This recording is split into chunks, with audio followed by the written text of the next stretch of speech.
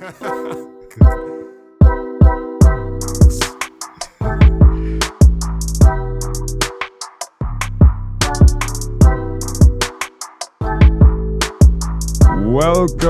to the Trinidad Cast. This is episode 36, being recorded on the 24th of September 2023. Happy Republic Day. Oh, yes. You do anything like any patriotic stuff? I mean, I just admit half of that, so I didn't do anything. I went up.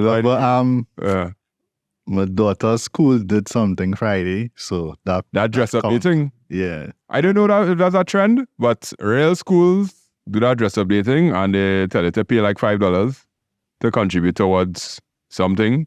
And they had it in my son's school, but he didn't dress up because they told him that they have to wear a polo jersey. You can't wear a round neck jersey. Oh, okay. I don't know why. I have no idea what was the problem with round neck jerseys these days.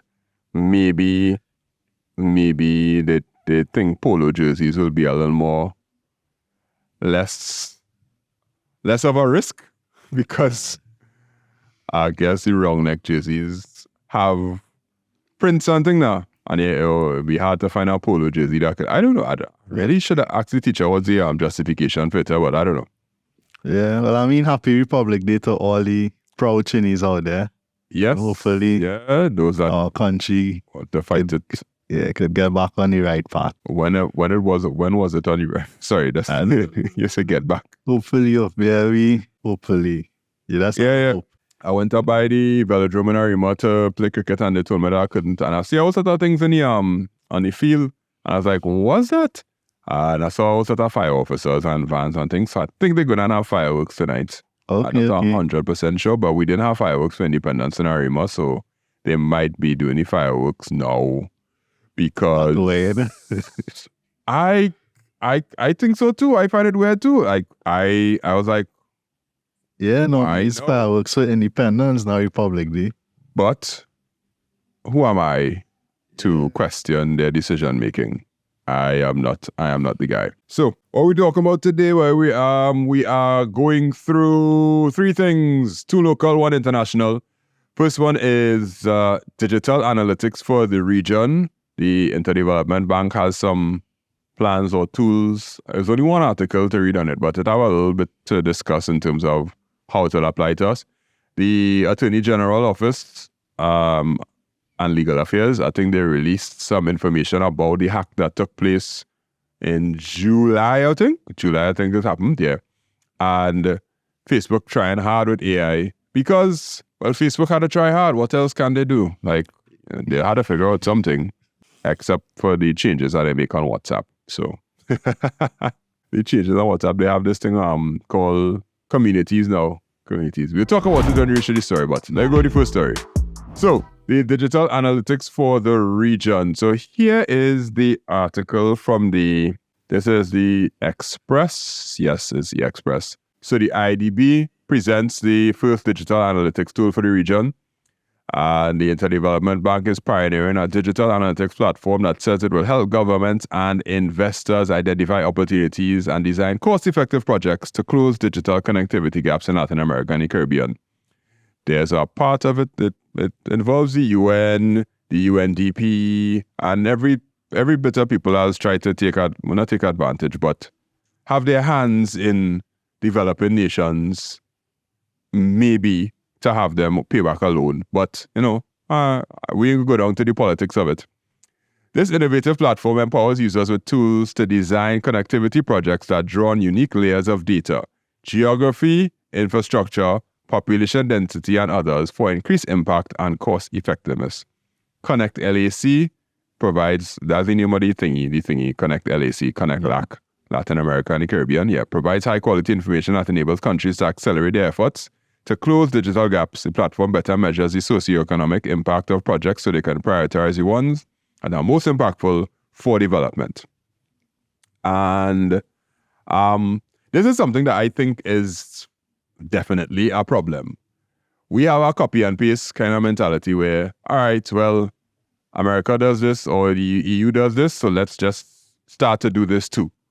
And some of the technologies that we'll implement do actually take into consideration the type of society that we have. So becoming a cashless society, right? We talk about this all the time. Everybody has always talk about it. They'll use it as buzzwords and all them kind of thing. Becoming a cashless society requires most people to be banked. And because most people now banked, you can't just jump from not being banked to cashless just like that. And that's why we're having this problem with respect to the, what's called this thing? The e-payments and that kind of thing now. Yeah. So if the Interdevelopment Bank, the IDB, Inter-American Development Bank, go and start to come out with some sort of data analytics to say, okay, here's what Caribbean people, you shouldn't try to go cashless. You should try to get people to start to use this. Or here's what Caribbean people, or they can't have 15 rideshare apps for a country that has 1.4 million people. That's not going to make sense. Here's what government, don't try to do this, do that. I think that would be a good way to put some kind of guardrails or some sort of data-driven decision-making instead of buzzword decision-making. Yeah. You start to laugh already. Let me hear. Now, I mean, right, so, yeah, I mean, the IDB would come in and give their, well, how this would work is if they come in, with these suggestions and these suggestions on how we should do business. The only way I see this working is if it tied to money or support in some way. So if they say you need to, to access this funding, you need to do this or to regulate this certain industry in this particular way. If it's just hey, you should do this or you should do that, at the end of the day, why would I as a company do that or I as a government do it unless it has some type of reward or consequence of not doing it? So like 15 rideshare apps. If the IDB come and say you shouldn't have 15 rideshare apps, people will be like, okay, if I have 15 apps, then what? It could, if it come back to some type of funding or some type of consequence. I mean, rideshare apps is probably not, like, if it's something that tied to the government, government based. And the IDB say, hey, you need to regulate this in a certain way. If it tied to funding or if it have a consequence, then... Yeah. That's what I feel they will do, because remember the IDB does fund our set of projects in these regions, most of the times for free or with some sort of long-term financing or something, so right? Yeah. And I think they're going to say, did you all use Connect LAC to do an analysis of if this makes sense or not? If you didn't, please use it, because we don't want to give you money unless you're making sense. Yeah. And, well, anybody who does lend money does always ask a question, what are you going to do with the money? So, yeah, I mean, they usually have a lot of requirements and all that to release the money too.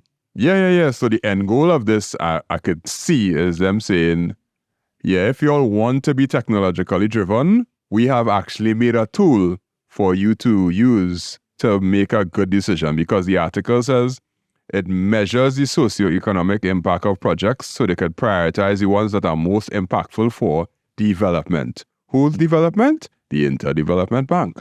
And it could be a good thing, but also a bad thing, because the IDB will be kind of policing countries, developing countries, and making them operate by their standards. But that's the same thing that they're doing all the time, because if you want to build a highway and they say, we'll lend you the money for the highway. However, when you're building this highway, you need to provide the benefit to the country. You have to show how this is going to help transportation. You gotta use local contractors or people. And all that kind of drama. Yeah, IDB doing that for a long time. So I don't see this as a problem. I see it as more of a control mechanism to see what... I mean, I see that problem when you talk about every day. So like people at the top who sit in the seats to make the decisions, they make decisions based on the buzzwords, or sometimes, all right, I'll give you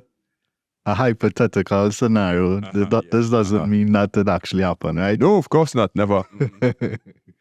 Right. So let's say this company out there in the US or whatever advertising now they would give you $1 million if you come and use the software. Right? Say $1 million. So yeah, say $1 million if you come and use the software. You as a company see that and it's like, is that a good deal, boy? Let me go and apply for it. Let's go into it. You know, and when you go get into it and you sign stuff you didn't necessarily really read, like Fine print. the fine print is $1 million in support. You don't know $1 million cash. And then you get locked in and after a while you had to pay a fee to actually use the software. Services. Yeah. And I mean, this hypothetical thing will happen. I will tell you, you get $1 million from my cake company with $1 million like, in delivery. Yeah, I deliver it. Yeah, you might think it's somehow outrageous. So like, think about some of these scams is getting the email, right? But on a large scale, but companies doing that. So like you say, okay, I would give you this service, this laptop, right? This $50,000 or $100,000 laptop. Yeah. But all you need to do is pay $5,000 shipping to get it. Yeah. Things like that does really happen. You know? So the IDB could be saying, we will give all of this Connect LAC thing to help you all make a better decision. However, you're going to have to take at least 3 projects with us if you use this. I could see it. It's very possible.